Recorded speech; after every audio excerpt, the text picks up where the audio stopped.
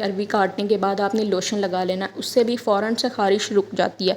1-2 minute लगते हैं लेकिन ख़ारिश रुक जाती है। अब सरसों का तेल पहले लगा लेंगे तो ख़ारिश होगी नहीं। तो ये बहुत मतलब आजमाया हुआ है। मेरे घर में अरवी बहुत बनती है, हर दूसरे दिन हम लोग अरवी बना रहे होते हैं। मुझे नहीं, मेरे हस्बैंड को बहुत पसंद है। उनको जो सालन पसंद आ जाता है ना, तो बना बना के मेरी मत बच जाती है। सॉरी। तो इस तरह करके हमने जी अरवी को छील लिया। तो बस इसके हम लंबे लंबे से स्लाइस काट लेंगे एक जैसे। बेशक आप सर्कल में काट लें, बेशक आप लंबे लंबे स्लाइसेस के काट लें, बस एक जैसी होनी चाहिए। अब अच्छा, इसको पकाने का तरीका मैं क्या करती हूँ जी, मैं लहसुन, प्याज, अदरक, टमाटर, इन सारी चीज़ों को एक साथ छीला, इनको थोड़ा सा पानी डाल के मैंने पका लेना है। जब पानी वो अंदर ही ड्राई हो गया, मतलब उसमें 2-4% पानी रह गया, उसको मैं ब्लेंडर में डालती हूँ, ब्लेंड कर लेती हूँ। फिर ऑयल को अच्छे से तड़का के मैंने सारा उसमें ढेल देना होता है। उससे मसाला बहुत अच्छा भुन जाता है। मतलब आपका टाइम कम लगता है। उससे पहले वापस आते हैं, अपने अरवी को नमक लगा के लाजमी रखना है। इससे होगा ये कि अरवी जो लेस छोड़ेगी ना, वो आप सारी निकल जाएगी, धोने में आसान होगी। अगर आप नमक नहीं लगा के रखेंगे तो आपकी अरवी मज़े की नहीं बनती, मतलब अजीब सी लेसली लेसली सी बनती है। तो मसाला भूनने का तरीका भी, मतलब मसाला अच्छा बनाने का, दानेदार बनाने का तरीका भी मैंने यहाँ पे बता दिया है कि आपने सारी चीज़ें गला के आपने डाल देनी है ऑयल में, तो आपका मसाला बहुत अच्छा शानदार सा दानेदार बन जाएगा। फिर आपने जी इसमें अपने बेसिक मसाले नमक, लाल मिर्च और हल्दी डाल देनी है, और बस फिर जी हम इसको अच्छे से भून लेंगे। भूनने के बाद भूनना भी इतना नहीं पड़ता, 3-4 मिनट आपको भुनाई करनी पड़ती है, क्योंकि मसाला पहले से गला हुआ होता है। बस हमने ज़रा उसका पानी ड्राई करना होता है, तो घी छोड़ देता है। जैसे घी छोड़ेगा, हम इसमें अपनी अरवी कटी हुई अरवियाँ डाल देंगे। वो आप इस तरह करके देखिए, बिल्कुल लेस ख़त्म हो गई है, कोई इसके ऊपर छिलका नहीं बचा। तो अब हम इसको क्या करेंगे, अरवी को डालने के बाद थोड़ा मिक्स करेंगे, और इसमें हम आधा गिलास पानी डाल के या 1 गिलास पानी डाल के कवर कर देंगे। 1 गिलास डालेंगे, आधा पक चुका होगा और आधा बच जाएगा। सरगला सरगला सा आपका सालन बन जाएगा। हमें सरगली सरगली सी अरवी पसंद है, और मसाला सा होता है, ग्रेवी सी, वो बच्चे भी शौक से खा लेते हैं। तो मैं फिर थोड़ी सरगली से बना लेती हूँ, समझ रहे हैं ना, सरगला। तो इस तरह करके जी हमने जी इसमें पानी डाल के इसको कवर कर देना है। कवर भी आपने सिर्फ 10 मिनट के लिए। हम 10 मिनट के बाद देखें अरवी गल चुकी होगी, कोई कोई खड़ी होगी, कोई कोई गली हुई होगी, बड़े मज़े की लगती है। हमने बिल्कुल इसको गलाना नहीं है, मतलब इसका मकसद फौत नहीं कर देना, बस थोड़ी खड़ी थोड़ी गली, इस तरह की बहुत मज़े की लगती है। एंड पे आपने गरम मसाला कूट के डाल देना है, तो बस जी बन गया अरवी का सालन। बहुत मज़े का बनता है। कोई लोग इसको फ्राई करके बनाते हैं, कोई कैसे बनाते हैं, लेकिन ये तरीका बहुत बेहतरीन है।